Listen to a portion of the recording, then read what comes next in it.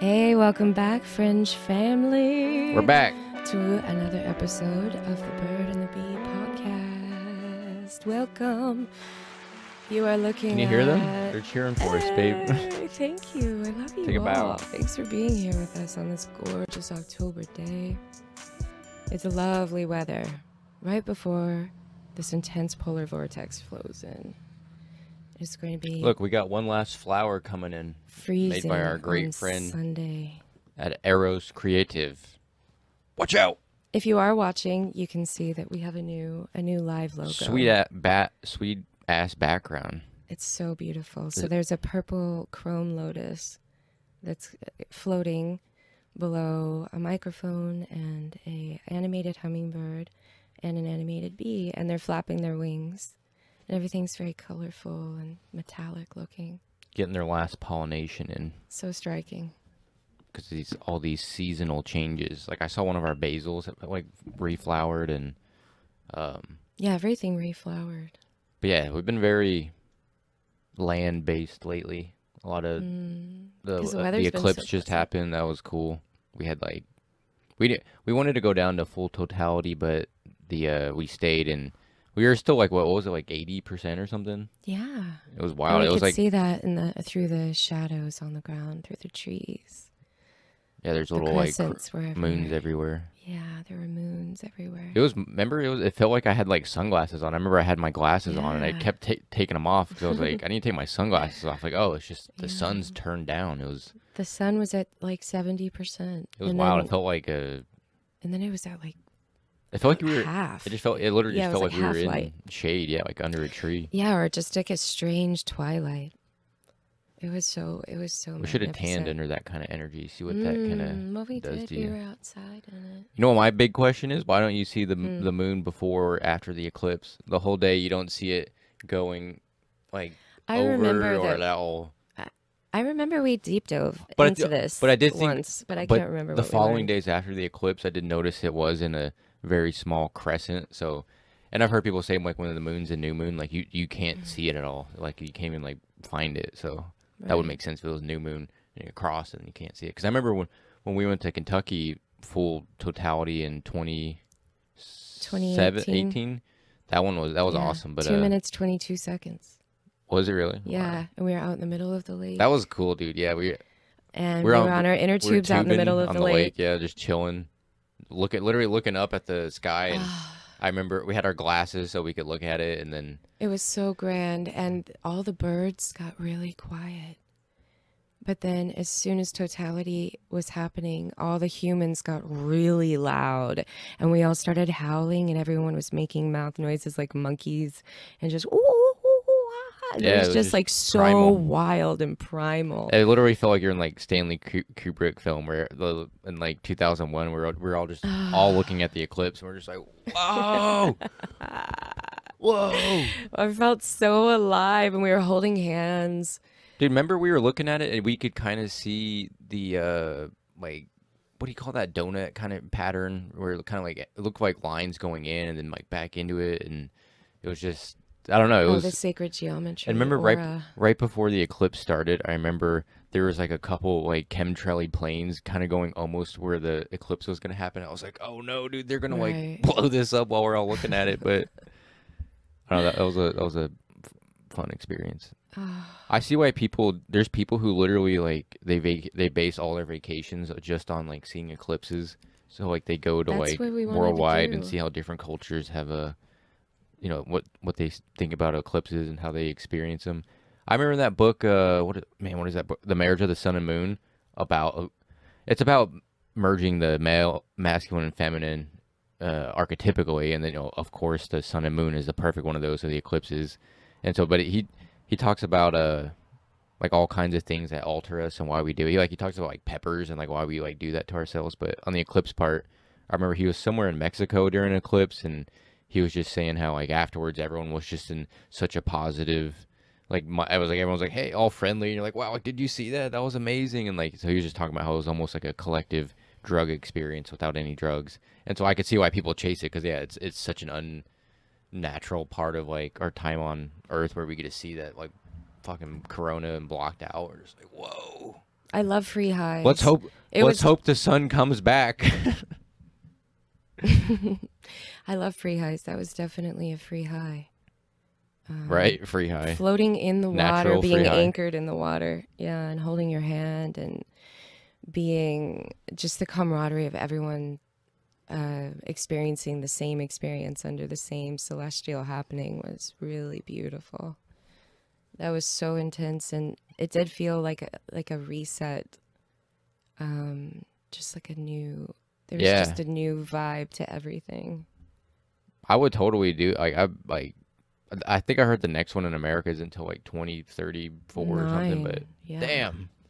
But so I'm like, that's what good reason to travel though. You're like, go some other random country. So this is what I wanted to touch on when you said that earlier, was that was our plan. We were like, okay, new plan. We're just going to follow eclipses around the world. And that was our new plan. Dude, yeah. Yeah, so I don't know. I can see that in our future. I like that. It would be fun to just chase the sun and the marriage of the sun and the moon. Yeah, it's an awesome book. I'm trying to remember what else because he talks about mushrooms. He talks about cannabis. Like I'm trying to remember like what like fruit, like benign Right. stuff like that we wouldn't consider, and yeah, but like the peppers and stuff. And because you said the first time you ever ate a jalapeno, you said you thought you were having a psychedelic experience. I had a right? psychedelic experience. I really did, y'all. You were I in was in Mexico, Mexico. Yeah. Might have been a I little was stronger. I was in Baja, and it was the first time. Well, you were how old? I was 15. So yeah, keep that in mind. A little young, tender body, white woman. Very white. White woman mother. never had a spice in her life. Yeah, I had a goes to very white Mexico. family that did not eat spices, and I don't know. I just never really had a lot of pepper or jalapenos. I don't know. No hot sauce. And so type of yeah, thing? I was getting out of my hands, and I started feeling high, like the oils on my hands, and I was feeling high. And Were you then just holding them? and then I ate them. He made me some eggs. He was just amazing. He could whip 50 eggs into a bowl, one-handed, just boom, boom, boom, boom, boom, boom. And that was like a Tommy gun. that was his gift. Like that's what. Hell yeah. That was his kitchen talent. And the talent was the kitchen was open, so you could see him do it, and he would do it for all the patrons. Dude, it was really awesome. There's a whole. So anyway, I started eating these eggs and jalapeno, and no joke, it was just maybe 2 minutes later, I start feeling really like almost out of body, and I start feeling high, and then it almost feels, I feel psychedelic in my body. Like I have body waves, and I feel like I can feel my aura and shit just from eating jalapenos. Your DNA is just like stimulated for the first time. It was whoa. And I asked Cesar, and he laughed at me so hard. I was like, dude, did you put anything in my food? And they're like, gringa. And he's like, you can't handle your peppers. He's like, white, yeah, gringa. Dude, I remember when I worked in the kitchen of at Abuelo's, there was I was just with these like older Mexican women, and one woman got burned on like the oil or something. It had like a little bubble on her skin, and the one next to me goes, oh, and she like ran to the kitchen and started like cutting up jalapenos, and she like put it on her burn. And I was like, wow, that's interesting. I've never seen that before. And she was like saying like, yeah, that's what we always do. And yeah, we just and then learned I remember, that yeah, there was like actually something to it. I think it was like something with the capsicum, I'm assuming, but it's a powerful little chemical guy. It is, so it can congeal the blood, and it can also thin the blood. Just like That was a cayenne. Cayenne is capsicum, right? Well, they all contain capsicum. Right. Yeah. Yeah, In I've been on a especially in the pepper oil.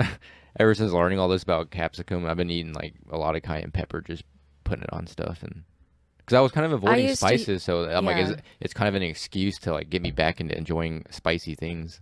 Well, I had to stop eating spices, so that's kind of like where the communal diet went. Yeah. Unfortunately, I mean, You're right. we still have I used them to and eat it all use them. like every meal. Yeah, because I was getting inflammatory issues, you guys. So I had to cut out oxalates and capsicum, and so that meant like my beets went. I used to have cayenne pepper on beets, like raw, just as a snack.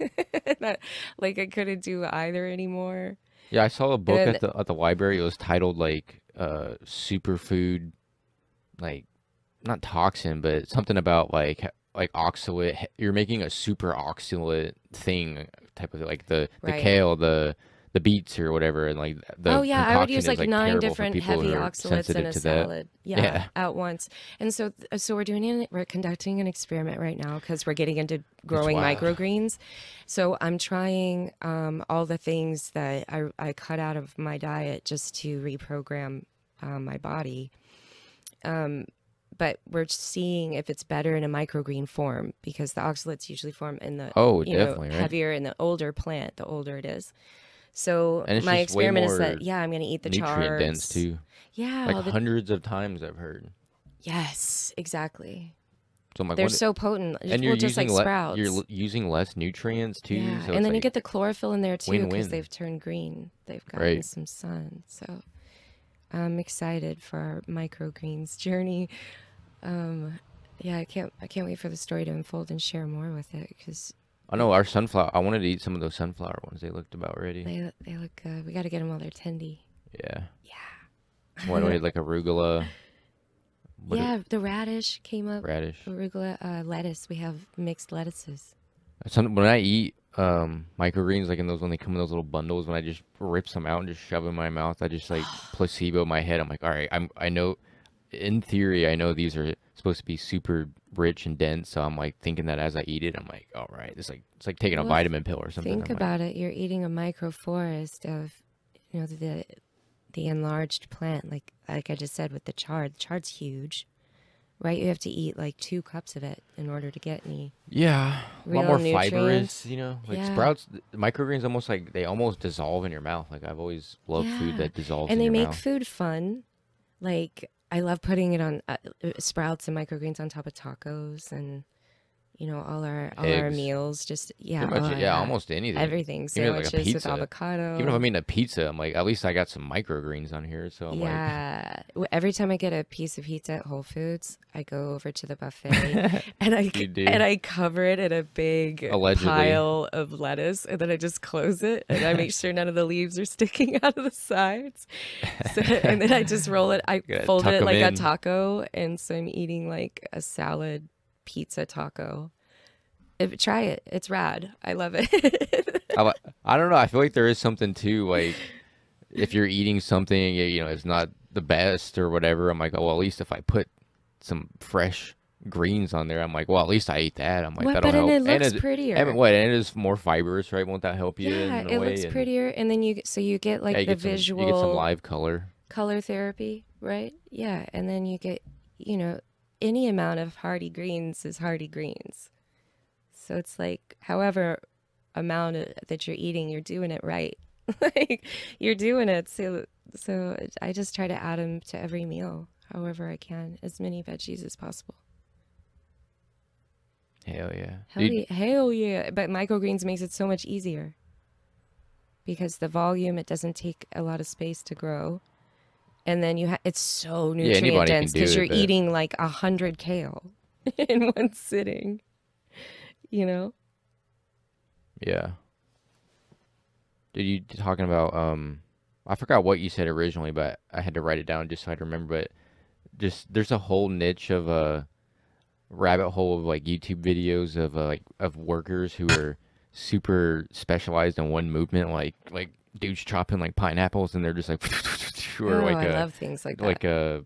I'm trying to remember what other ones just some like folding like a pizza box, just like and just like I've seen like compilations of videos Those like videos that where are they're so just, I'm like, satisfying. God, Yeah. dude. And it reminds me of that Charlie Chaplin scene in I'm not gonna remember the name of the movie, but I remember watching it in school. But where he's like in the factory, and he's like Yes. working on the, it's like when it was like I guess like a satire statement on like It's a dig the on industry. industrial revolution. Like, oh, it's just Yeah. better and great, and then you just see what the actual worker, common man, does, and he's just tightening a bolt over and over and over, and then even when he's off going to the bathroom, he's still like doing this because his body's just so trained to this movement. And I can't miss one goddamn bolt, or I'm gonna get fucking fired, and my family's gonna starve. So Can I tell you that happened to oh, me? I just loved that movie when I was younger, but what? Yeah, I love it whenever you bring it up because it brings back a lot of warm memories of Charlie Chaplin. He's such a genius, a brilliant person. He really is. But the story I have cat. is the first legal job that I got when I was 18 after I got my identification. I went and I worked at Pep Boys, and I got up I climbed up the ladder pretty quickly, but I ended up being CSR, which is like head cashier, right? And I know Pep Boys of all places. I didn't stay there very long though. But anyway, I'm in line and I was working a 12-hour shift, and I was, you know, answering the phone and checking people out at the same time. And, you know, you answer the phone saying, "Hello, welcome to Pep Boys. You know, what can I do for you today?" And this woman walks up to the line, and I look at her like I answered the phone, and I say, "Hello, welcome to Pep Boys. What can I do for you today?" Yeah. She's like, she just looked at me like I was absolutely insane. And I instantly called my cashier, and I was like, "I need to take a break. Can you can you cover for me?" I was like, "Okay, yeah, we're done." You're like, my reality is I'm like in a dream. Warping. I'm in a dream state right now. I need to like get back to reality for a second. Oh, I forgot about that story. Yeah, I forget about that place. I wasn't there very long, but it was fun. It was cool. I liked working with men. It was it made things easy. What, were you just like, "Hey, can you?" Men are so easy. This box is so heavy. I'm like, "Can you?" Yeah, and there's not as much cattiness, and I mean, if I was a woman, I would not be opposed to like using, you know, feminine, whatever. I don't know what you'd call it, but we're just to play into the like, "Hey, you know, you're obviously a guy. You can carry this, right?" It's like, a power we have, and it's I would a not be silent opposed power to that I definitely take advantage of, and I know a lot of women do, and I find that that's, right. It's If you don't, what do you? I don't know. I mean, come on, it's the one thing we really truly have for ourselves is our feminine prowess and there might power. be something said to just the like old primal thing of that, anyways, where some guy, just the man, woman, and he's like, "Oh, I'll do that for you. That'll put me in good standing with this woman." So it's a like, natural dynamic anyway. Yeah, and you're like, you know, why not? Why don't you carry this for me, or why don't you? I don't know. Well, but it's good. It's good for both parties. Speaking of in which, both directions, as long as it's kind and it's not manipulative. You know, it's like this power dynamic exists. It's natural, and it's okay. And it's just in our nature. Well, speaking of power dynamics and all this, and killing spiders, I need your help, people. I have a beef with. Yes, we're taking a consensus now. I'm down 0 to 4, so I need some help because here's the dilemma. Oh, Beanie, there was a spider web right next to our door, right behind this camera actually, and there was a. She's hanging in the eavesment of the Love Shack, and she's built a big web. She had like a June bug in the middle. And like was working on it. I literally heard it was dead quiet after a storm, like, so it was super quiet, and I could hear the spider biting the shell of the June bug, like, you know, when you step on them they like crunch. Yeah, I heard she was opening his chest, and it was yeah. So she's munching on this one, has a whole buffet, and then one second I opened the door, there wasn't a bug here, and like a few minutes later I was like, "Oh, there's a bug stuck on the bottom of the web," and he's flying, freaking out, trying to like escape, and like who knows how long he's gonna be stuck there, because Big Mama up here is working on that one, and then so I worked on freeing this little beetle moth looking thing, got him out. And then Calibri was like, "You can't do that. That's Spider Cove. That's her food." And like that, you can't do that to her. And also, you're going to ruin her web. And also, what she's going to do is she came back and ate. As soon as she secures that meal, what she's going to do, she's going to go down to that new one. She's going to paralyze it, wrap it up, and mummify it, and keep it for later. And she can keep that for like up to however long her web lasts. You said she's a good hunter, so obviously she's gonna catch more. That's not the point, though. It's the code. So it's spider code. I took out spider code. That tells me about your freaking deep archetypes. All right. I love spiders. But so for me freeing that, and then the girls are like, "No, what are you doing? That's her food." And I was like, "What do you?" I'm helping a stranded animal. That's like. You know, my analogy was like, imagine you came in the woods and you saw like a puppy with its paw in a trap, and he's like crying, freaking out, and y'all are like, no, you can't help him. It's not even a you can't help him. comparable scenario. That's somebody's food, though. They set a trap. Look, but that's not what they intended to eat. She is intended to eat is that. a life a life? A pup? Are you diminishing the life of the life of a bug? No, that's bycatch. That's bycatch, and that's different. You were speciesist, and you're going to get us canceled. Nobody expected to catch the wolf. So yeah, you release the wolf. No one's trying to eat a wolf. Obviously, that's bycatch. They might be trying. They might be trying to hunt them. But she's trying to eat that damn. What bug. if they have a? What if the government has a policy of eradicating wolves, and they're like, well. Okay, you've gone way off in this scenario. Dude, that doesn't even. We're talking spiders here. Leave your comments and let us know, please, guys. I need some points. Okay, I'm so suffering. wait, the story goes further. So I know I'm not wrong. So last in this, night so. we had a bit of a late night, so we're a little goofy today, which is wonderful. I love it because we went and we communed with two of our greatest, most beautiful friends. Well, three now. Miss Katie was there too, which was just wonderful. But at Spaceland, Skydive Spaceland, it's out in Whitewright. If you ever make it to Texas, it's so worth it, you guys. It's the coolest facility for skydiving, and our friends, they run the Sky Cafe. So if you ever make it in, make sure to go because they make the most amazing creative sandwiches and all kinds of homemade stuff. It's just wonderful. Super healthy. And anyway, so we go last night and we're having a little potluck, and they're getting ready to go to our other friend's Jason's wedding this weekend down in Austin. And so they're cooking information, dude. They're cooking all the foods, and we're just chilling. And so B tells them, we're all smoking a bowl out on the porch, and B tells them the spider story.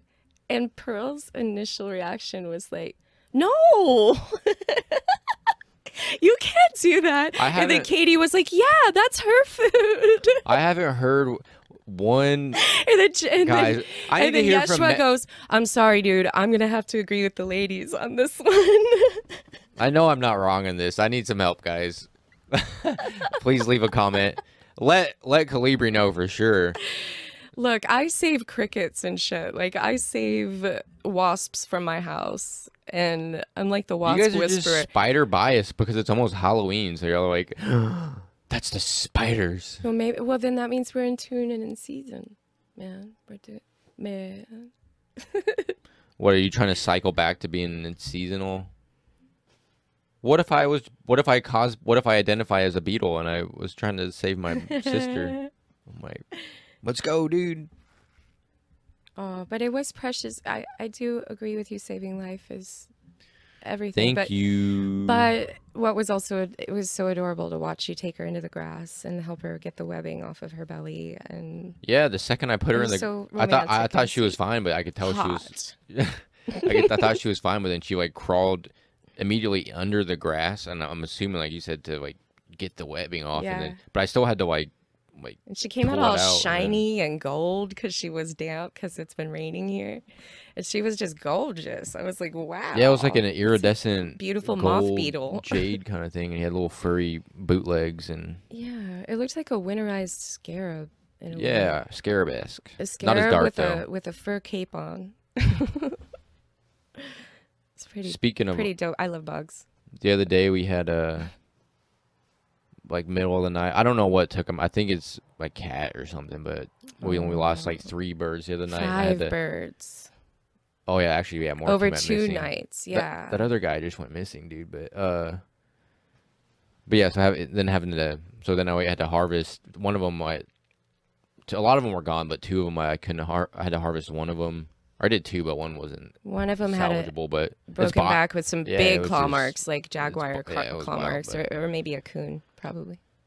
But yeah, so it's wild some days when you just wake up and you're like, oh god, I gotta fucking. First thing I do when I wake up is I gotta take the skin off of the skin off of this bird. And well, it happens every fall like this because this is when they all start stocking up for the winter, dude. And they just hit us so hard. But they took out 2 good layers. It's natural selection for those that sleep outside. We don't breed them because they're just too. They refuse to go in the coop, and they're like way up in the trees or something, and I'm like, every time.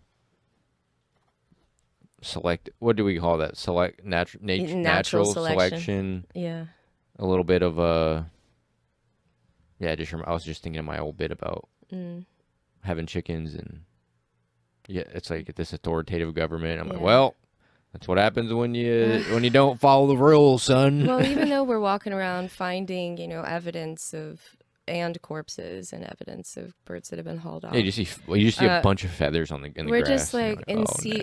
It's seasonal, and so are we. So we're drinking our coffee. That tends to happen when the weather gets cooler, and you know, we smoke our little morning smoke.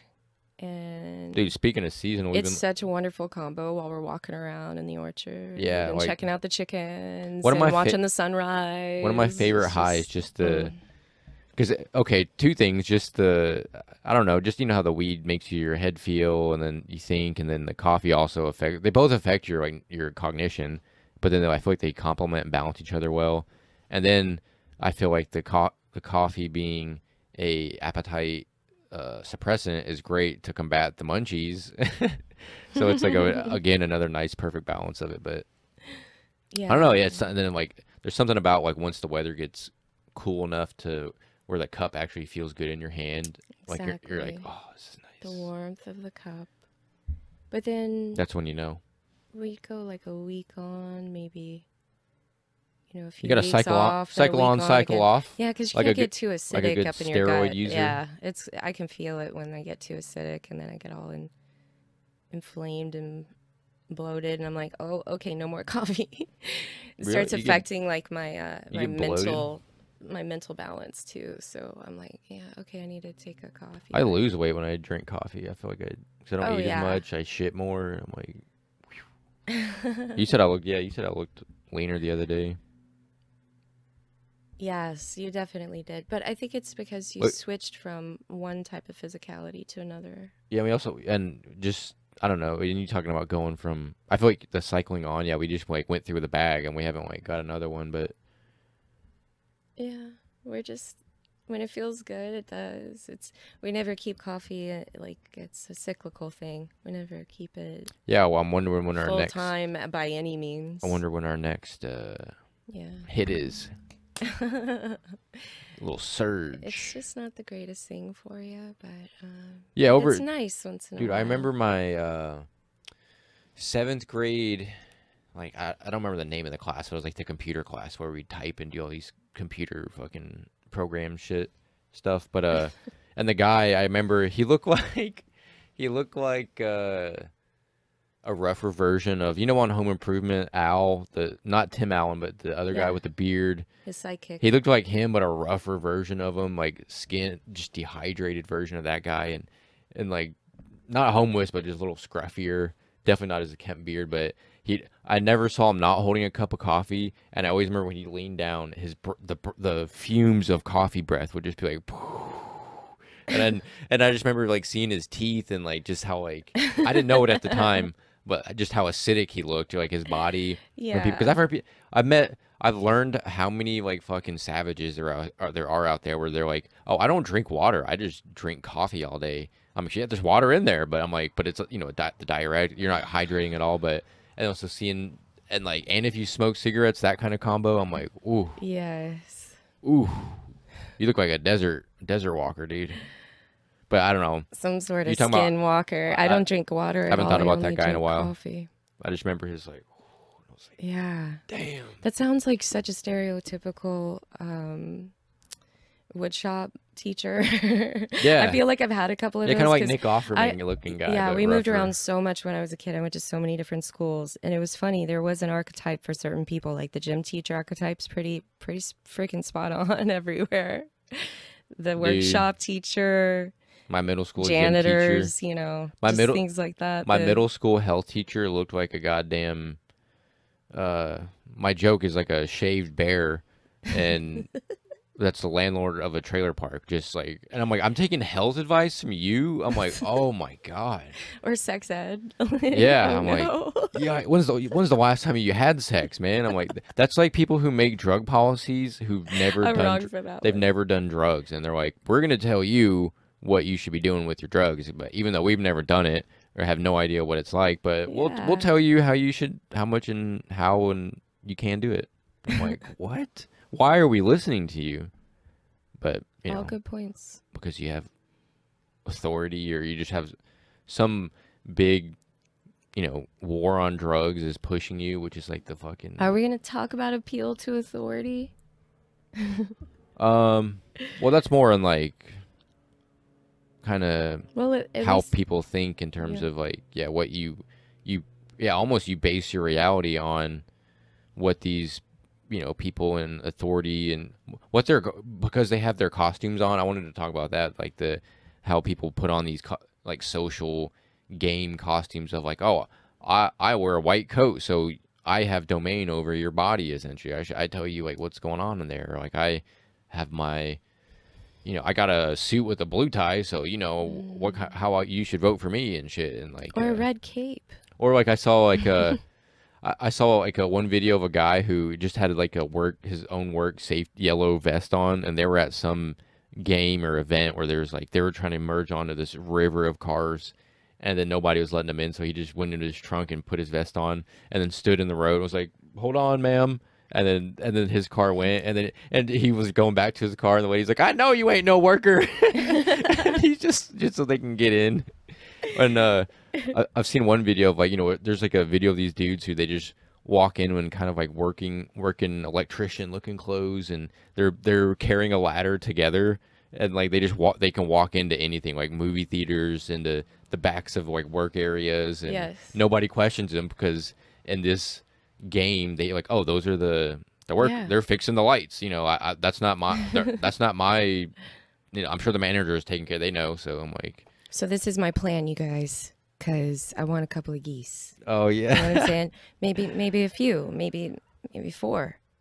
And I'm thinking in order to be able to do that, we can't. All right, listen. Okay, just say it. We can edit it out if we need to. Just go ahead. I'm not gonna give myself away. No. This is just a character. Just say. Cut. Just, like, it's just a thought. Just okay, I'm not. Yeah. You knew a guy who wrote a book about someone who was planning to do this, and then tell them. Cool. So this guy you knew, So this dude wrote a book. It was more like an essay about how to catch geese at your local park. Right. By wearing, you know, wildlife type of gear. So you've got the whole Steve Irwin thing going on. You know, you've got the tan shorts and the green shirt, and then you've got some boots, some you know, like wool the fishing, socks. the khaki fishing vest. Yes. And you know, it has hat, like a patch on it. What kind of hat are we working with? The hat's probably, you know, like a little brim guy. Yeah, it's kind of like smart. Safari. You know what I mean? We'll put maybe not so safari. We'll find an image of a guy right here. Like some tall wool socks, you know, and some hiking boots. What does the back of the vest say? Like some like TWP recreation service or something. So he said you have to look official, right? Like that, because no one questions you if you look legitimate. Like, you know what the fuck you're doing. Oh, especially if the character in the book like put like a tag. You like, it looks like, oh, they're tagging the bird or something, and then they take them like, oh, like, yeah, they're clearly doing their job. Let them, don't disturb them. And you know, if you know how to handle birds, and you know, you're not afraid of birds, and you know how to, dude, you know, be kind and humane. All you gotta do, you just watch the beak. So it's like a snake, essentially. He put him in a big and the feet pet carrier for a giant dog. Right. And then, you know, in the back of an official looking white That's truck. the tricky. Yeah, you need to rent a little truck. And then did the character have like a you know those potato spud guns people make? But if you could do that, but if it'd shoot out like a little weighted net, and you're just like, you got 4 of them. That's a brilliant invention. I think we should try that. Have you ever seen videos of that where people make PVC? Like, oh yeah, I went down a rabbit hole of a whole compilation of those potato. It's like air pressure, and they just shoot potatoes out, and they like fucking go through windows and stuff. I'm like, but this is something the boys in middle school. Yeah, it's such an old workshop type of thing. Back in the day, because we all used to still play. I want to look into the physics of it. When we were young. What if we get 1 million of those, and then for the incoming invasion, we just fucking shoot potatoes at people? Yeah. We shoot potatoes. We just have a cellar of potatoes. We shoot potatoes covered in nair, so then when it hits them, they go bald for 6 months. I love your brain. I heard that story somewhere. I love your mind and where it goes.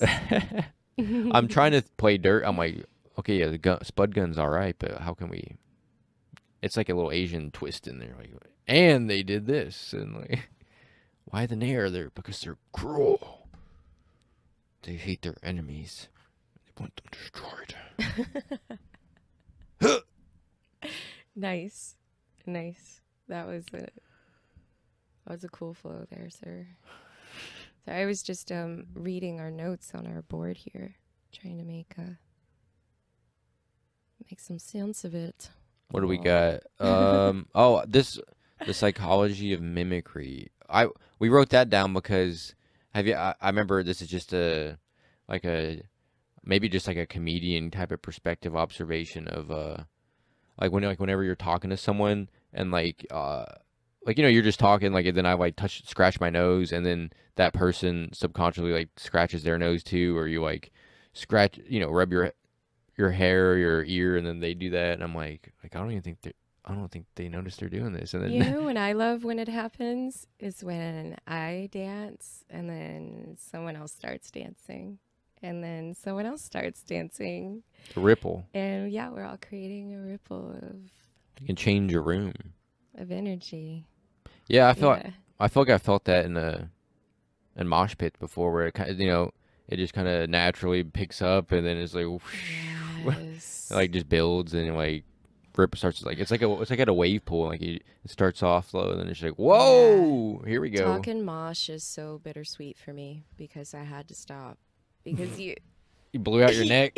B wants to make this compilation of all the times I headbang when he puts on a headbanging song. When a random song on my shuffle list comes on, I'm like, oh shit, and then she just like, I'll put a random one right here if you're doing it. So I used to mosh a lot. Yeah, me too. Before I started raving, and then I got some neck damage, and I had some. Is a mic on? Oh, it sounds weird. Anyway. And I had some earrings ripped out, straight out of my ears, and I lost my shoes one time. Casualties of war. I almost got drowned in mud. And can I tell you one of my more? Just like all kinds of craziness. Can I tell you one of my more shameful mosh pit moments? Yeah. As an adult, looking back as a teen, it was like I wasn't in it at the time. The circle pit, what kind of thing was going, and there was like this like big chick in front of me, and she was like whipping her head, and she had hair longer than me. And it was like flinging back and going into my mouth, and it was like multiple times, and I just remember feeling it in my tongue, like, oh, and then I just remember like pushing her like a Spartan like into the pit just to get her out of my way so she would stop whipping her hair into my mouth. Oh my goodness! I was like, whew. And then I was like, much better. Oh man! I told you I only tell this because I've come to grips to it with myself of like, yeah, that was a terrible thing. So but you've forgiven yourself and for your heinous acts. I want people to relate to owning their, I love it when best people own their of shit. Their life. I love it. I love owning my own shit. It always feels really good. Because I'm not like I feel quote unquote shameful for it, but I'm not like gonna shameful where I'm gonna hide it. And then, like, if anyone discovers it, I'm gonna be like all bitter. I'm like, yeah, it was. Yeah. I was not my most evolved self at the time. I got caught up in the music. Okay, it just took over me. It was devil music. Right. I've always been. I get what they mean now. Shameless person, but as of lately, there have been. What's one of your more shameful life moments? Lay it on us. How long do we have? Oh, what was one of my more shameful moments I don't know. Without dragging down the vibe, I guess? Yeah, I don't know. If I don't know. I remember this is actually related. I remember one time headbanging in a car at a stop sign. There's like a stop light. There's a one car in front of me, and we're headbanging. And I was headbanging so much, I didn't realize my foot was coming off the brake. And then so I was headbanging, then I just hear this like thud. And I rolled into the car in front of me, and I was like, "Oh shit!" And it was like this older, like sweater vest man, and he came out, and I was like, "Oh man, I'm so sorry." I had like a little mullet, pushover hair, chili bowl type thing, and thank God it didn't do much. He didn't like say anything. Like a little we were fine. You're a little emo punk. I'll find a picture. You'll see. It's like not emo, but not punk, but not. I don't know. It's not skater because I didn't skate, but all my friends skated, and I didn't smoke at the time, and I was actually I was actually a non-identifiable. straight edge, serious soccer athlete is what I was focused on. That's So I true. was like, Yeah. I can't do drugs. So That's gonna there's get in the that. way of my focused sports. That I took. It meant so much to me at the time though, but I feel like I needed it. But So you were just a budding punk a at budding the time. boy trying to find his place in the world, in a town school that was not the most eccentric of in any way. So, Mm. and Do this you is feel like maybe that helped you develop your eccentricity more because you felt the seed inside yearning for growth? yeah, and you start, I guess, like I learned in the microgreens growing, some people put literally like a paver stone. They put like a little tray and then a paver stone on the seeds of their microgreens, Yeah. and then so they like they grow. It just forces them, I guess, get strong. They're like, and then at some point they take it off. But um, They coil up and then pow, they yeah, come out with full force. I forgot what my original line was with that. Why was I talking about Yeah, I don't know. the You went there and I something about resistance and growth? You asked me about oh, like eccentricity. Yeah, I guess when I felt resistance of just kind of a lot of not hickish, but just country whitish kind of. And that was I went from that all black school to this school, so it was like such a juxtaposition. yeah. And A small town Texas. yeah, and I was different ages too, but yeah, and then like thank God I had some friends that were like some that were like yeah, fuck those like those jocks, everyone was just like jocks or like country dudes or. But so I don't know. I'm glad there was like some community out there. I see the value of community in that. Just not feeling so isolated, so alone in something is always beneficial. Like, because then I think that changes your whole perspective of it's not me versus the world now. Like, oh, there's like other people going through this, or other people who can relate or who see this too. So I don't know. Yeah, the value of that. That's like, isn't that the worst thing they do to someone? Is like Isolation. yeah, what do they call that? Just the isolation. And I'm like, I think that's a banned in some countries, isn't it? Because it's like, yeah, that's like inhumane and cruel to It is. It's keep very someone. cool. And I don't know. I've only seen it in movies, but your food just comes in through a hole in the door, and you're like, This is my theory and Jesus. other people's theory behind SIDS. Sudden infant death syndrome Ooh, is yeah. because they're left in a crib and they're too far away from your heartbeat. And they fail to thrive. Just like that chimpanzee. There was a study about The monkey. and they used a baby monkey and a human infant, and they denied them any affection or love or any attention at all No, what they in did, a maternal way. no, what they did was they had like a caged. They made like these fake mothers. One was like furry and soft, and one had like milk, but it was like cold and no Oh, that's fur. another one. Yeah. And then the baby monkey went to the one with the fur, and I don't think they let it die, but it would have died because versus like, oh, this is where you would actually survive here, at least because there's milk. But the naturally just like, oh, this is mom, I need something, she'll take care of me type of thing. So yeah, just the value of skin to skin, like your body Yes. heartbeats, and you're like, because yeah, if you're a little infant and you're just cold and alone, I would imagine your body's like, oh, there's no kind of warmth or connection here. I'm just kind of. Well, see, like with Audia, with both the girls, I took them straight to my skin and then kept them as close to my skin for as long as I could, forever. We co-slept forever. I breastfed forever. I feel the value in slow raising and in slow separation, letting them separate themselves and put thorns in the nest for themselves for their own independence when they're ready, and so that they feel secure. Yeah, so this rigorous timeline that every human and mom, parent dynamic has to follow this one. Like, come on, Well, thank you, Dr. what Spock, for what are the odds of this? ridiculous books when I was an infant that my mom said she started reading, and she was like, "This is a bunch of bullshit." Fuck this guy. The Star Trek guy, Dr. Spock.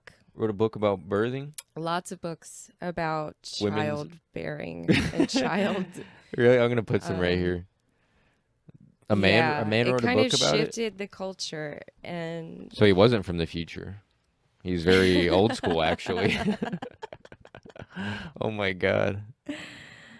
oh, it's just that's a wild thing to me for there to have been such a shift in the direction of women not following their intuition in their own maternal fashion Dude, and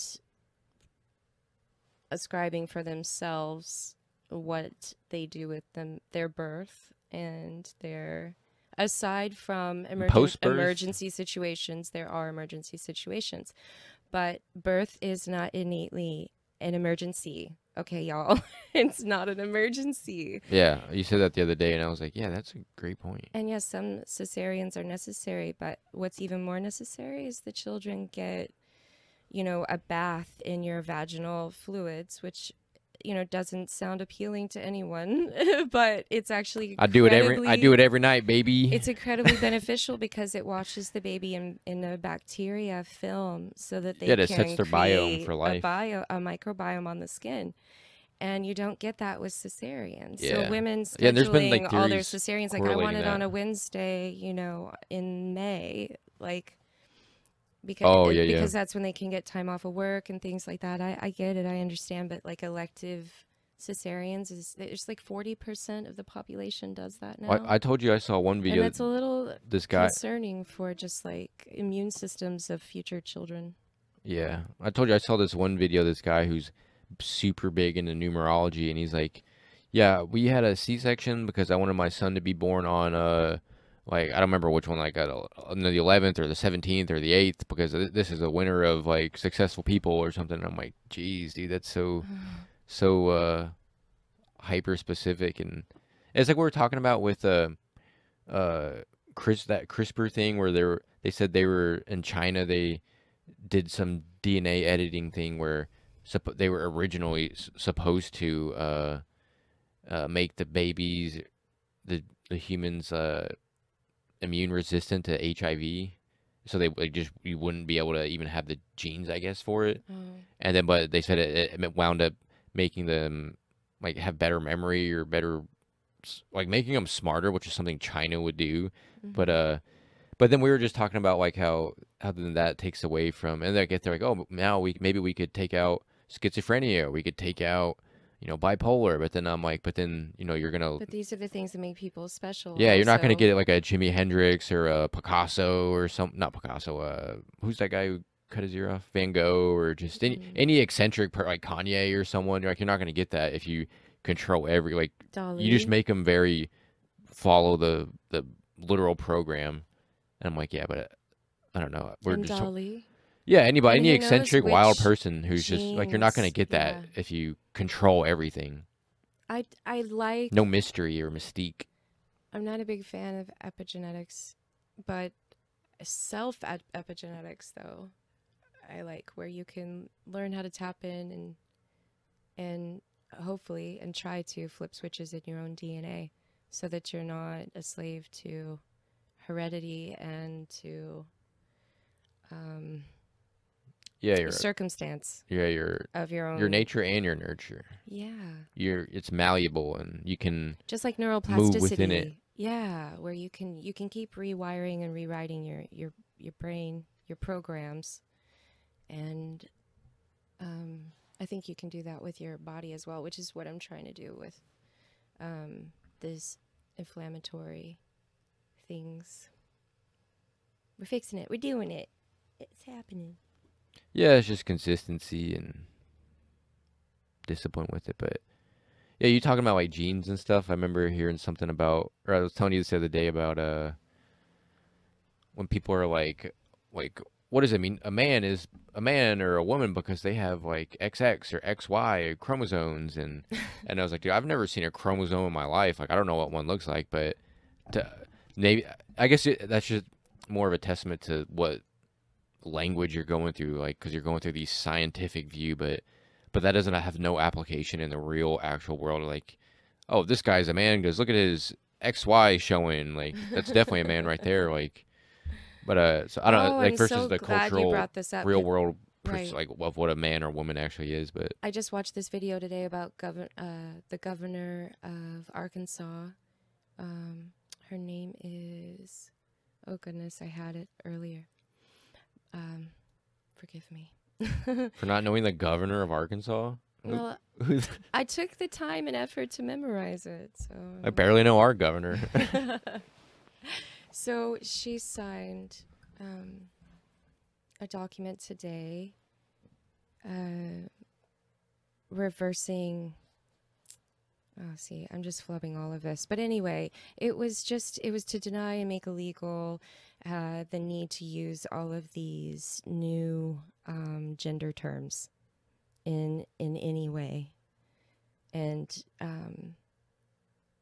to need to use pronouns and to force that. So it's like a for like school, like teachers and stuff. For mainly, she said mainly in the health field, in the health sector. It was a big issue. I mean, and that makes all the sense. Dude, I saw this wild video of this guy who was a flight attendant, and he was checking, you know, people's seats and stuff, you know, who's there. And so we got to this one woman, according to the flight log, it said 2 women in this seat.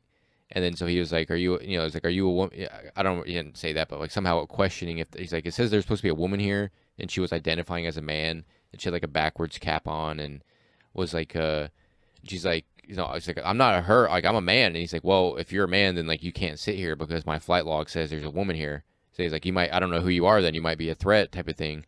And she's like getting in his face, and she's like, oh, no, I'm a man. And then you can see, I love this because you could see the moment the guy broke character from the job guy, like my job, like, you know, doing this. And then because like he literally loosened his tie and was like, he goes, there's only one man standing in this aisle. And it was like face to face. And she's like, you could tell it's a woman, but she's, you know, tries to look like a little, I'll put a screenshot of it. She's but about to get her and you could literally, yeah, and because he goes, I don't need this job, and then he like loosened his tie, and he's like, there's all. Whoa, the man's willing to. And there's like one woman right here just going.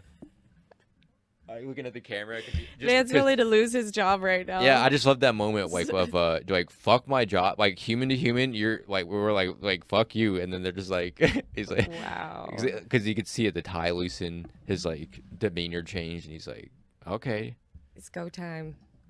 Okay, so I have the details here. It's Governor Sarah Huckabee Sanders. She's a representative. Are you pro this? Is this what you're saying? Republican. She signs an executive order banning woke terms like pregnant people from being used in state government.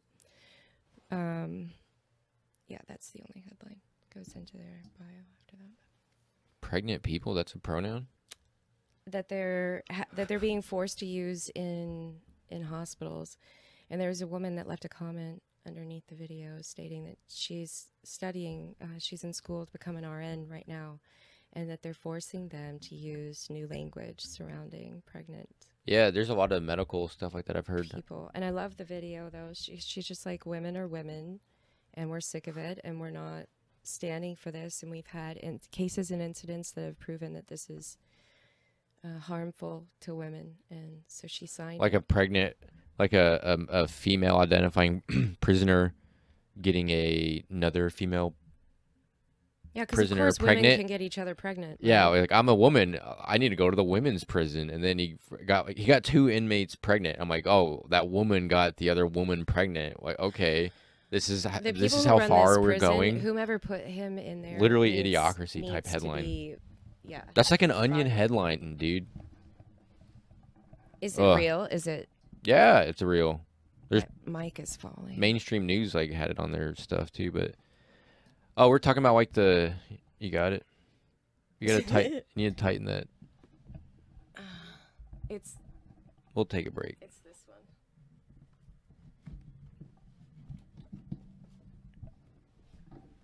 I've got it.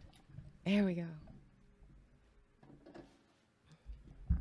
But talking about the genes again, I remember hearing, learning that his name was like Marconi or Marconi. He was the inventor of the radio. Mm-hmm. And, you know, his original idea was, I want to send messages to people around the world without wires.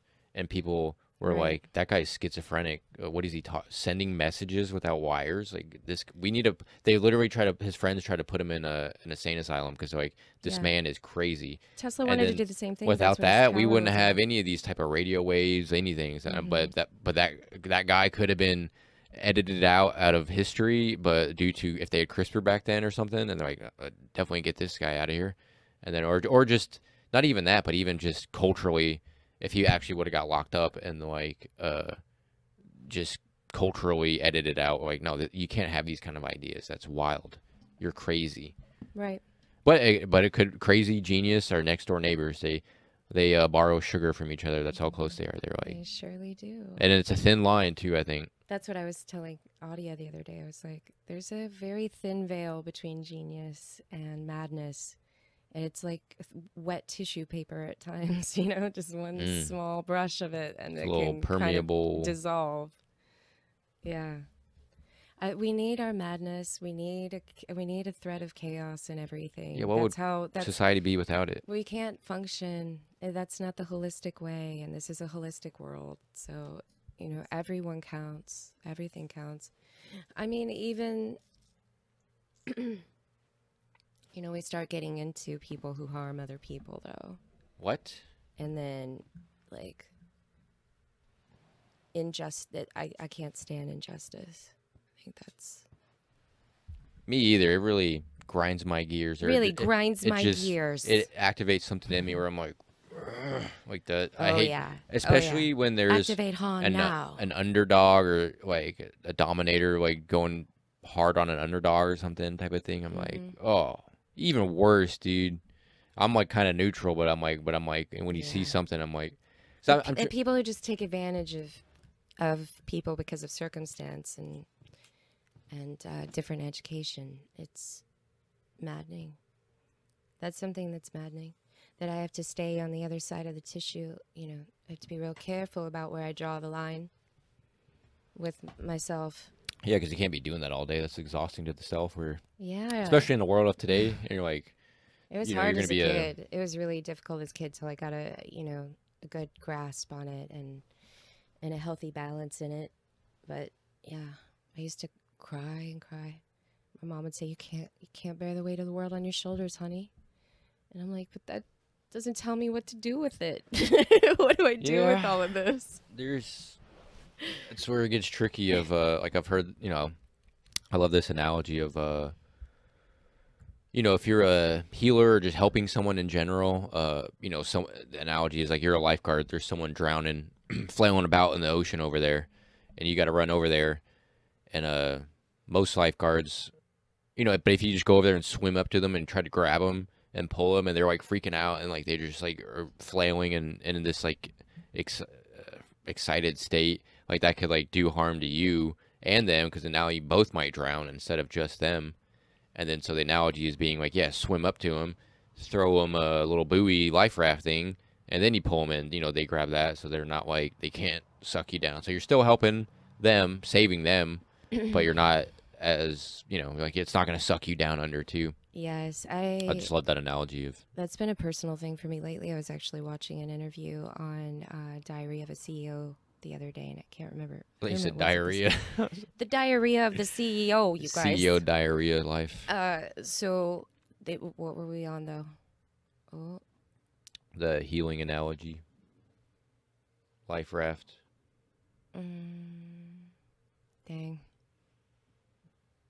Yep, I got shifted out. That's all right. It happens. Man, I just realized looking at these notes when we're talking about mimicry, the further point I wanted to make was, you know, another example is yawning, but like illness and how, you know, like some people, they see, I never got this, but they see other people throw up and then like, oh, I'm going to throw up.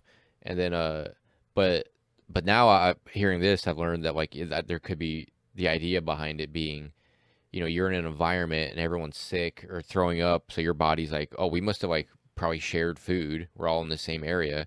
So I must probably need a purge and get whatever's out of me too, because I'm going to be sick. So, just talking about mimicry on terms of like a health illness and like I don't know, that's just like I would say deep sneezing survival would, kind of thing. yeah, sneezing would fall under that. Yawning, what That joy. one's weird. Yawning's just is weird how contagious that is. Yeah. Because There's lots of things that are contagious, but I also believe that, or I have theory that look, I'm yawning right contagion. now. Just even talking about it. You got it out So of me. I was contagious. like, nope, I'm not Gotcha. gonna do it. I'm not gonna do it. Case in point. Okay. Oh, you keep sidetracking me with your cuteness. Stop it. But I was saying that, oh, okay. So I have a theory that there's different reasons for contagions, that there are different catalysts, like with illness, with contagious illness. I feel that, that's also a vibrational thing and also a placebo thing. Those two factors can play into that too, I feel. For illness, is that what you said? Yeah, for illness. Yeah, I remember It's one a vibrational and or mental state of when being, like a belief. I remember looking into one story anecdote I remember about placebos is there was a guy, he had like cancer or some type of illness, and then he was taking this pill from some company, and then they told him it was going to make him better, and it did because he believed it, and it might have actually. But then there was a news report about having a recall on that drug, or that drug killing people or not working or something, and then once he saw, his body saw that news thing and him believing that, he got worse.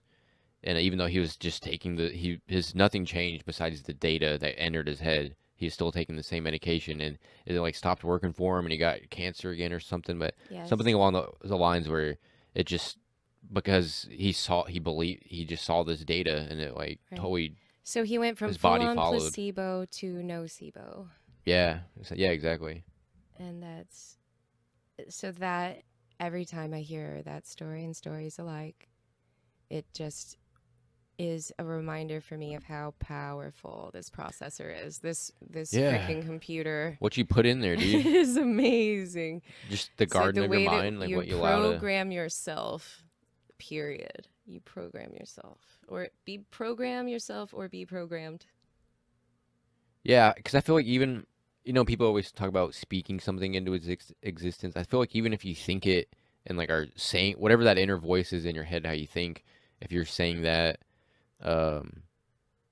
like just talking shit about yourself, then it still exists somewhere. It's still in some type of thought space, vibrancy type of thing. So I'm like, it's still having some, like, I don't know. So I try not to even like have it. There's this theory I heard the other day that they also were thinking that whatever you say about other people, you're also imprinting in your own cells and yourself as your belief of yourself. Yeah, I can see that. Because there isn't any separation between you or I. So everything, and the brain, especially the subconscious, doesn't understand that you're not talking about yourself. And so it just is, it comes right back onto you, essentially, right? So try to keep it kind. That's where I always try to be. Sometimes. Yeah, because people say you can't change the world, but you can change yourself. Like that's like all you can. Exactly. And that's how and thusly you can change the world but you got to start there. But yeah, because it's contagious. Kindness is contagious. Yeah, the other day this kid, when I was working, this kid came up to me and goes, hey man, what's your name? And I was like, Brian. And he's like, hey Brian, have a good day, man. And like gave me one of those, and I was just like, I was like, thanks, dude. I was like, it's so what kind of little, contagion do you want to be? It was a little like laughter bright point in my day, where I was just like, what? I was like, How all right, cute. man. That's I so appreciate cute. it. I made sure to tell him that. I was like, I appreciate that, man. Yeah, You're just playing basketball with his friend in the driveway. I can tend to be a moody person at times. Also, I'm just like I'm sensitive. I'm sensitive. So sometimes, and I'm not good at wearing masks. Everything you can kind of see everything on the surface because I don't like to wear masks, and You know, I like teaching my daughters that their emotions are perfectly good and well and just, and that they, you know, they should be able to say, hey, I'm grumpy right now today. I don't want to talk to you, you know, or like, I just want to be alone. I need a mental health day. So I like to be the example of that, but also there's a fine line between that and screwing your kids up because you're moody, I guess, because there's this big expectation with children. I don't know what it is subconsciously, but that you're just not human and that nothing affects you and you should be stoic all the time. And I'm like, I feel that that's to a child's detriment, honestly. True, that you're infallible. And You're always gonna. yeah, You're I'm always not there. infallible. You don't have your own life. You're like, Yeah, so you know, it's keeping balance in everything always, right? Not, I don't think I made my original point, but well, I think it's that's okay. great to always trying to like relate to someone, especially like a kid, because you're like, yeah, I you know, can relate, or I was like that, or went through that, or so I could see what that's like, and then so I don't know, like, because again, back to that isolation thing, that also applies to like just how you think or feel. Yeah. So you're like, yeah, I don't like. Oh, there's other Oh, people who oh, are that like that, and they went through this, and look, they made it. They're perfectly fine, and I just thought of my point. It was that but I'm also consciously aware that my mood affects everyone around me. Our moods affect everyone around us because they're contagious also. They're a contagion also. So I try to always you know, bring it back to lovingness and lightness and not that having a mood isn't loving. It's just like having open communication about it is important. And then teaching them, I think it teaches them compassion for themselves as well as others, you know, and so that they, when they're frustrated and they're feeling big emotions, then they just let themselves feel it till it passes and they move about their business. So they're not, they understand also that they don't want to harbor this stuff in their tissues. yeah, you know where Because you the issues are stored in the tissues, baby.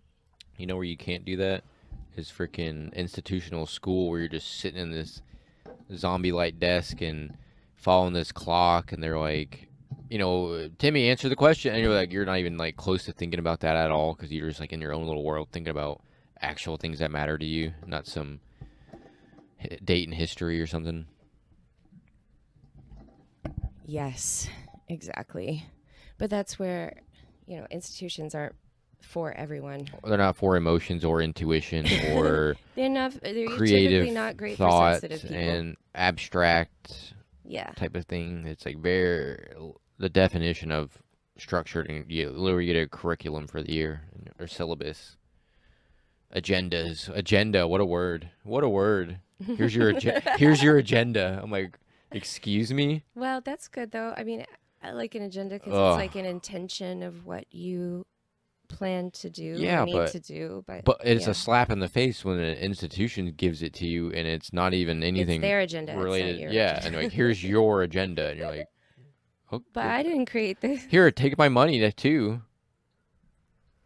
Oh man, I want to look up the Well, at least you get electives, right? Do people still get electives? yeah, you get like one or two of like, this one is one I actually want to take. Oh, this mic. I'm sorry for those All right, that well, are watching. you want to wrap up? Are we? I just need to stop fidgeting with it so much. Yeah.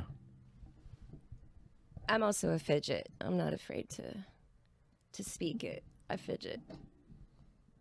I've been a fidget my whole life. I embrace it. Isn't that word been not socially acceptable? You fidget. Ah, fuck it. I don't care. It doesn't bother me. I'm willing to use it in accordance with, with speaking about myself. No, I was making a joke with midget and nobody says you can't say fidget. Oh, okay, I was got trying you. to make like a That's fidget cute. midget thing. This little person, not midget. It's a little person. It's little finger movements, not fidget. Oh, so what else should we call fidgeting? Let's make it PC. Little finger movement.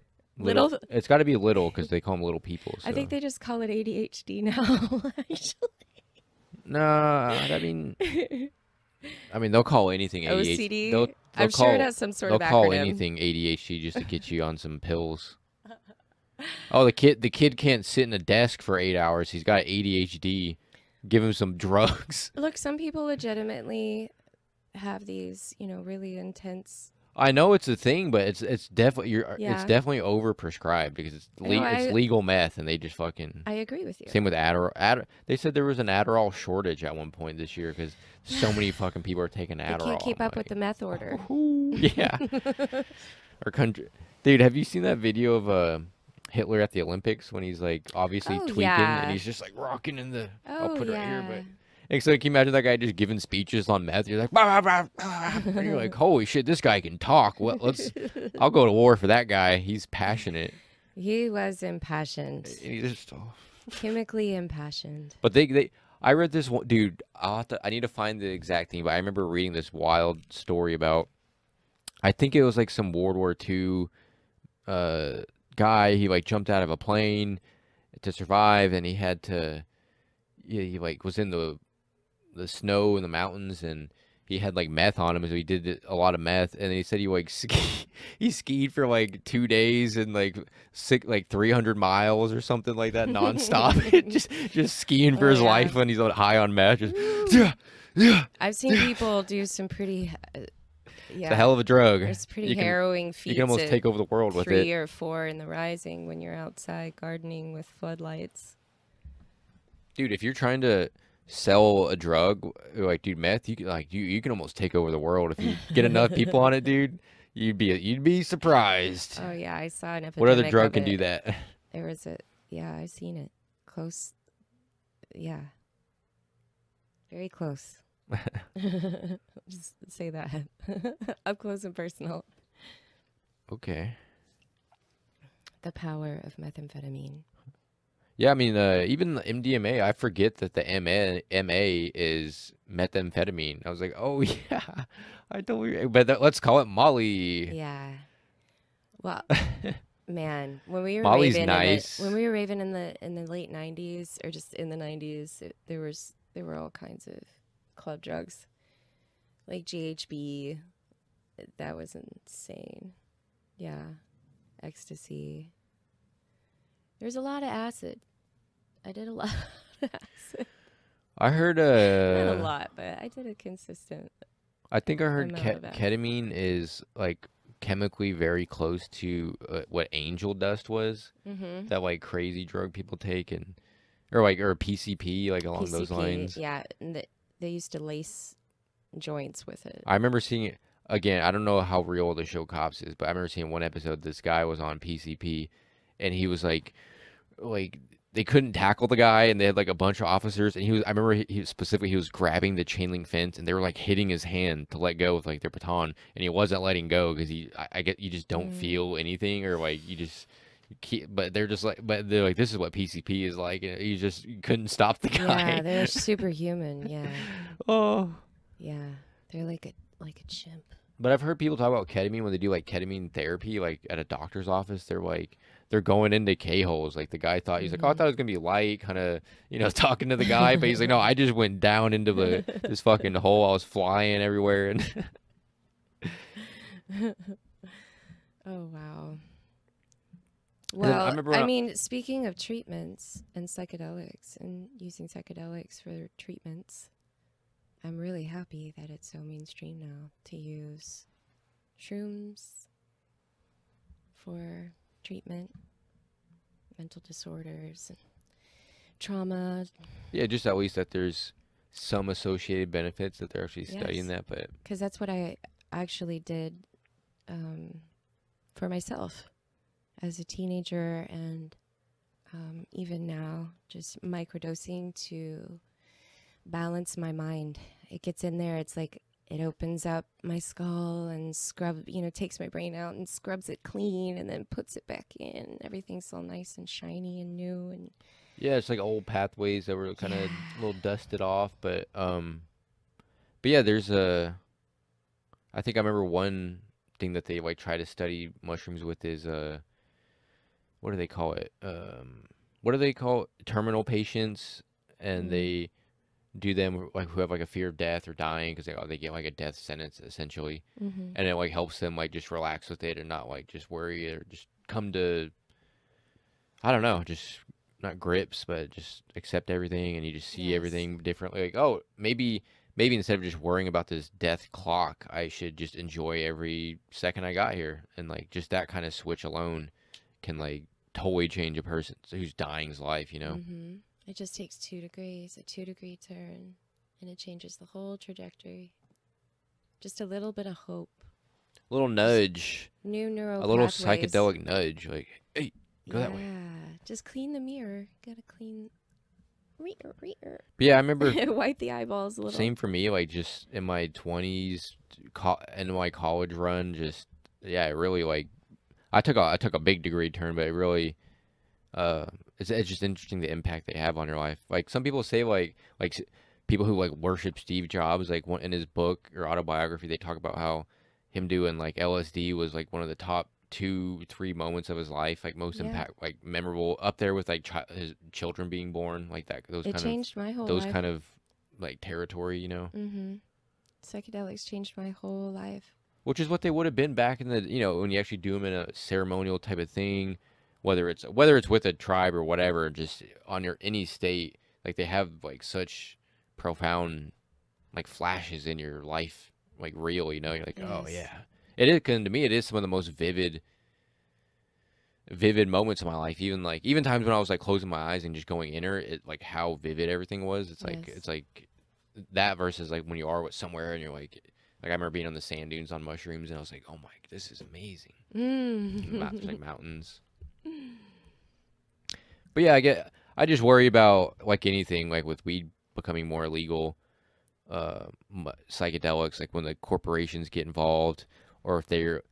Because remember we were talking about one with Roshni about how there's some companies trying to take the psychedelic experience out of Yes. psychedelics, so you Yes. get the experience without going through it. And I just worry about them doing chemical deductions, coming up with these pill forms, but it's always because going to happen. somebody's gonna capitalize, but I don't know. It's going to happen, but that's sometimes things are better outlaw, but as long as just the reduction just of don't everything lock me in really a bothers cage. me. Yeah, but just the deduction and reduction is just it bothers me because it's not the whole experience is to cross that threshold, is to allow yourself at the threshold of going in to let go. That's part of it, and then the submission of it. You're just like, okay. the whole series of events that unfold within, and they're all necessary for your health, for your development, for your journey. Yeah, I feel like the quote of you've got to have the full experience. Yeah, because there comes a moment in like every early person taking psychedelics, the moment of like this, and after doing it, it made sense to me after hearing the quote. I think it was Timothy Leary of lift up your feet and just float downstream. Yeah, pick up your feet and float downstream. Because when you take it, people are like, you're literally like fighting the current of the river, and then there comes, and I think it's crucial for you, like almost like human development to have that moment of like, okay, Exactly. I'm letting go, and like let's go, like let's just see. This is pointless to fight this fucking fight. It's gonna wither me into a tiny pebble. The resistance is responsible for the suffering. The resistance is the suffering. Exactly. Versus, except like, all right, and now you're having a good time. Now you're like, whoa. Yeah, and then you're shown, if you've done enough, I remember, if you're in that type of mode, then you're shown where those blockages are and what those blockages are. Yeah. I mean, like, you are put face to face with these things. And if you go in with fear, you might have a bad trip. If you go in with intention, just like prayer, exactly, your cannon's already pointed ceremoniously, and you know what you're going in and intending to look for and dig through and swim through, and come back with story and with a new philosophy and bring a new something back. Sight. When you bring back your treasure from the Rio Abajo Rio, the river below the river, that deep space. That's you facing the dragon that's protecting the egg, and you're like, oh, this dragon's really friendly, actually. So those heroic doses are just so wonderful. It's like a great reset. But I love microdosing because it's maintenance. I call it maintenance dosing. I can feel when my hard drive's gotten real dirty. And it needs a cleaning. Dusty. It's like gotten real gunky in there. I need a new air filter. I don't know. So many analogies, but yeah, I just need some maintenance work, and it helps me get rid of junk, like just dissolve the trash and then create new pathways within the intention that I've set. So like if I go in going, you know, I need to let go of this resentment or, you know, this regret or shame, guilt, Right. whatever. I need to understand, you know, this disconnection I have with self in some way or whatever it may be. And then come back out on the other side with the treasure from that. And then it's just so peaceful. Like, oh, the peace. The peace is wonderful. It's like the best medication if you need to self-medicate. It's Yeah. wonderful. Speaking of peace with that, I remember my friend in high school. It wasn't in high, it was later, but I wasn't there. But I remember him telling me the story of his first mushroom experience. And you know, he took a I don't know how much, but he was like sitting in his like this little chair, like a just a sofa chair. And then he said he could feel it coming on, and he said he was just like holding on to the chair, like just sitting tense and just like he was strapped and just holding Yeah. it, and you know, like saying no. And then It's I like a remember roller my coaster. first thought was like, dude, if you would have just like let go, I feel like I feel Yeah. like it's like you're being pulled on like a big slingshot, and Yeah. you're like fighting, and then like it's just waiting for you to be like, and you just Yeah, dude. I used to and I see that told as a trip my mother first all the thing was like, time. dude, if you would have just done that, your whole trip would have been way better, dude. Just like Yes. Yes. I used to see that as a trip mother all the literally let time. go.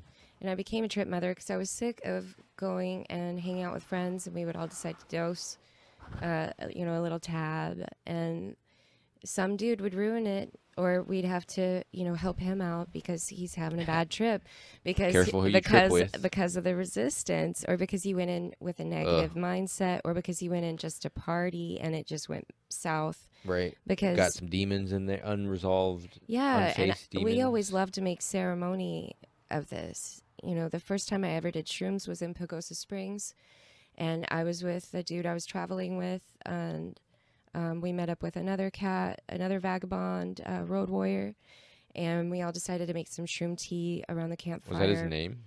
And no, his Oh. name was Hippie John. Oh, they His name said was Hippie Road John. Warrior. He's who I bought my Volkswagen van off of when he went back to Vegas. But anyway, we drank the tea ceremoniously. We set our intention. We all walked, you know, holding hands down the side of the mountain to the hot springs that is in this really steep valley. And it was a full moon, and it was right above the river. And everything was just in alignment, and the water was glistening. And I was wearing this belly chain, and I was dancing in the water. And we were deciding that we wanted the pool to be deeper, so we took the rocks out. And I was going from the hot pools, there were 3 of them, to the river and back again. You know, it was just the most sensational night, standing and that being my first experience with shrooms. Then we all hiked back up the mountain, and we made love in the back of the Volkswagen van, and it was the most incredible experience I had. That was the best way to initiate myself into shrooms, I feel. Wow. Yeah. So it was so amplified by so much love and nature energy and sexual energy. And I had just become an independent person.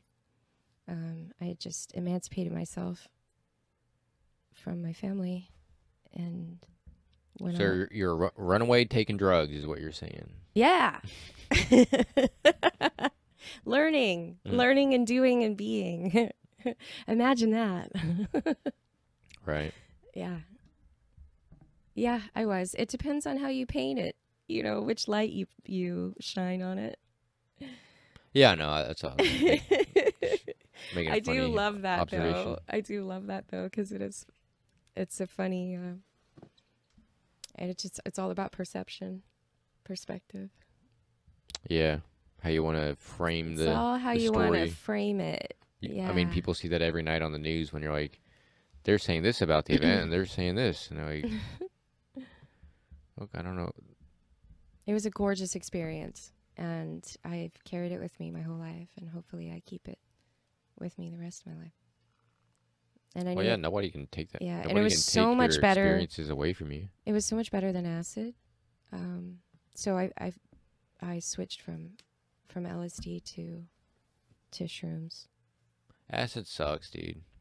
It's all right, but Acid was after wonderful. I used after to doing, love to drop and then you start can only a do book. so much, man. You see, when people do too much of it, I feel like it. Well, yeah, you do You too. literally change, Yeah. like whatever drug, substance you take a lot. I feel like there's like an energy frequency to it, and you kind of Yeah. turn into that. Like you see their You could see eyes it get in a their little sunken physicality. in. Like Yeah. you know, you can see an alcoholic, his body literally changes. Like you Yes, can it see does. that coffee guy, you can Mhm. literally see it in his body. Like Yeah. so, You yeah, can see like a everyone's stoner, like lifestyle in yeah, their body. Yeah. yeah. I can look at a person and know that they're insulin resistant, or that Yeah, you know this that guy likes to eat. he's alcohol dependent, or This guy's dairy should avoid they're dairy. allergic to dairy. Yeah, like just all sorts of things. But Yeah, acid's just LSD was wonderful for me. I It had was a some great great. catalyst. I just wouldn't do it. I mean, maybe in the right I loved it. event or something, but Like we were talking the other night, I used to drop a tab, and then I would start a book, and then overnight ugh, I would read the book all that's the way some through to the end, and that's I bad would read acid, dude. so fast, and I would just be immersed in the story. You I had would be meth. in the You book. had meth. That wasn't acid, dude. No, man. It was good. When I take acid, the letters aren't even there. I'm like, It was the most wonderful way to read a book. Yeah. I can't even It's look at like it's written print incredible. when I'm on acid. I'm like, whoa, these are moving around. I don't even Straight know what this means. I mescaline. need to like, I don't know. Some people, No. yeah, just they used to do like early scientists Right. used to take acid and like have these like overnight study sessions, and they'd come up with like wild ideas of stuff. And Mm. I can't remember exactly right now, but there's like certain things that like kind of came from those things. But they said allegedly something Prick or Frick, who won the Nobel Prize for the discovery of like DNA spiral. They said he allegedly came up with that while he was on acid, and like which makes sense that you'd be like if you're some Yeah, scientist, because you'd he's see in the these structures. microcosm. Yeah. Yeah. And they talk about Yeah. that with old shamans. Like there's these. I'll put pictures of them. There's these Uh-huh. Aboriginal people where they have like kind of looks like a U, a line, another U, and then like body painted on them, and then you compare that next to like scientific microscope drawings of cells splitting and like multiplying. It looks just like that, what they have painted on them. And Yeah. the idea is being, yeah, the shaman can take their consciousness down to like The molecular yeah, level. molecular level. And I've had experiences like that where I saw Same. like I remember I don't remember what it was, but I remember just being in this deep state and hearing this song and this like saxophone kicked in, and I remember being so small on the level I could see where the sound started in the fucking tube of it, and like and then vibrated out, and I was like, whoa, it's like just shooting and changing out. But Yeah. so I could see how like those old shamans, I totally believe it, they'd like see these different early life things going on and how it matches. Science just now like found it, you know, like get with the picture, guys, a little behind with your goddamn clipboards over there. Oh, you need an upgrade of your program. Yeah, there are just things that we know innately, right? That are just common sense to us at least, not to all, but that could be that are made more common through Yeah, there's just a through the bridge. use of psychedelic therapies. All right, so that's what happened to there's me. our title for Was LSD was very good for me in that way because it answered a lot of things that I had suspected throughout my childhood, and it answered a lot. I was like, oh, now I truly understand myself and why I feel this way, and about society and the way that I fit into that, or rather don't. And it was the reason I basically evicted myself from institutionalized education, and I'm Same. happier for it. Same. I feel better for it. So it's not for everyone, this path, but it's I like my path. I like it. It is my own.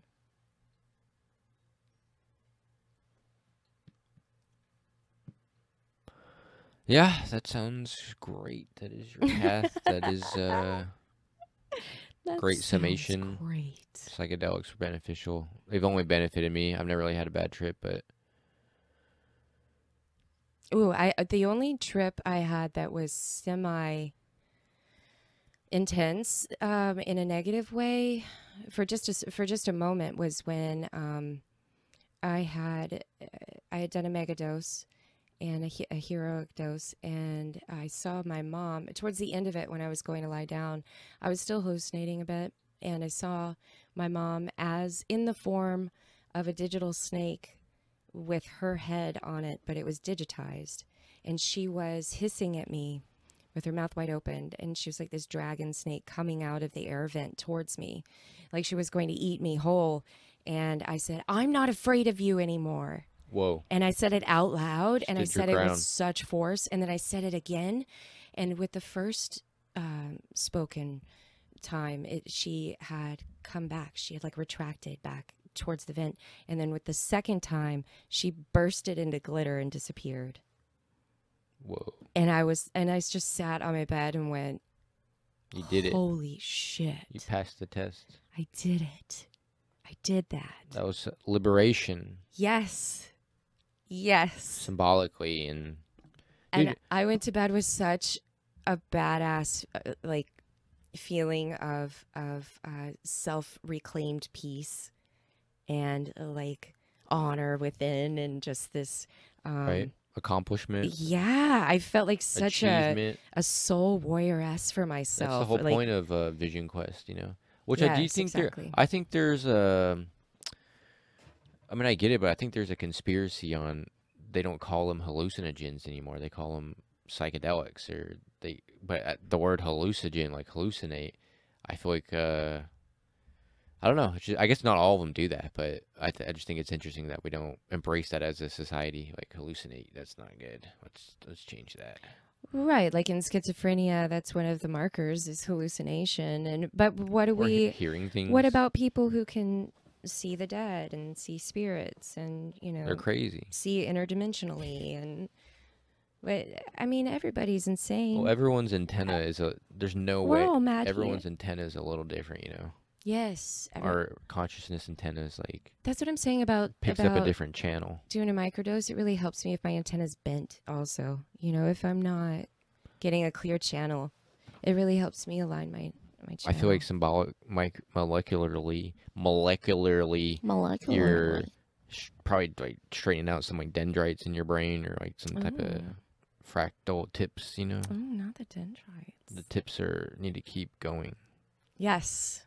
They can't spiral I wish down we could do that anymore. with our telomeres, because it would be amazing to live like another couple of 100 years. That'd be pretty awesome. I want to get shit right. I want to get it right, way, you guys. Dude. You get one There's life. so much I want to do and learn in this life and body. Like, I know I'm going to come back and do it some other way, and some other time, there's whenever. Some theories that you keep doing it until you get something right, or some type of lesson, or... There's also theories that there are different schools of within the school. So the human experience of an earthly education is, I feel, is one of the most it really puts intense. a lot of pressure on your life, because like I have this mission, instead of like, yeah, I'm just here to we'll just experience, see what happens. See, and through psychedelics, you understand that as well, is that your purpose here is to be. Is to just be. And to be whatever that is. To be whatever you are. Absorb little moments and big moments. It's the simple things. We get so complex and complicated and... Chasing something, it's always over there. Bogged down. Yeah. The grass is always greener over there. But in reality, it's greener because there's a lot more like pesticides and fertilizers on it. That's why it's so green. But it may look good for you, but watch out. Watch out. There's a Monsanto sign in their lawn. They also dye grass. Yeah, they like spray, they like paint it like in the winter. So wild. It's such a wild world. There's so many it's so very many like movie unique set ways dystopia. of living. I just don't like that it's hurting the environment, both the earth and simultaneously our bodies. Yeah, because I want us all to live and healthy and carefree. It's gonna go somewhere, like in the water supply, or like runoff. Yeah, we'll get it. We'll get it one of these centuries, hopefully, if we're lucky enough. you know? But hey, it's never too late to every day I try to do my best. Just trying to do.